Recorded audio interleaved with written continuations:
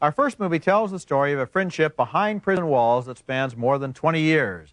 It's called The Shawshank Redemption, and Shawshank is the name of a prison where a banker, played by Tim Robbins, receives a double life sentence for the murder of his wife and her lover. I'm Andy Dufresne. Wife-killing banker. Why'd you do it? I didn't, since you ask. You can fit right in.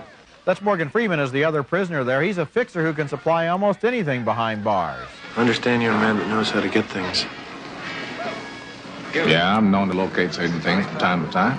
He can supply anything, that is, except hope. Oddly enough, that's the one thing Robbins seems to have enough of.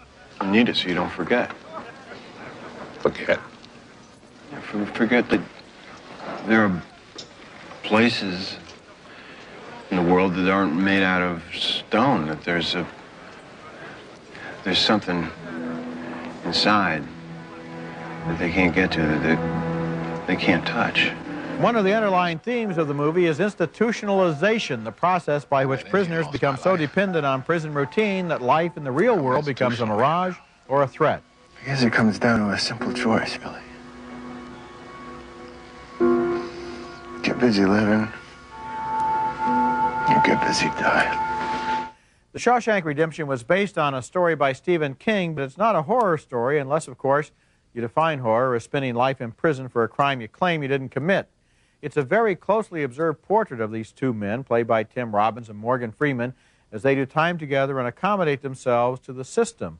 But all the time there's a hidden story going on, which we sort of suspect and sort of don't, and which leads to the redemption that's hinted at in the title.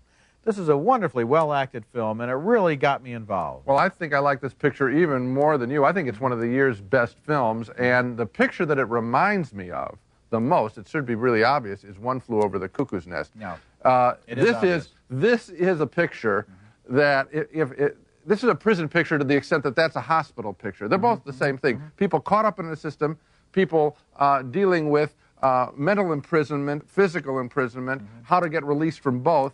The look of this picture is magnificent. The span of years is great. The relationship between these two characters, everything works. It's a first directing job by a guy, I think I can pronounce his name, Frank Darabont.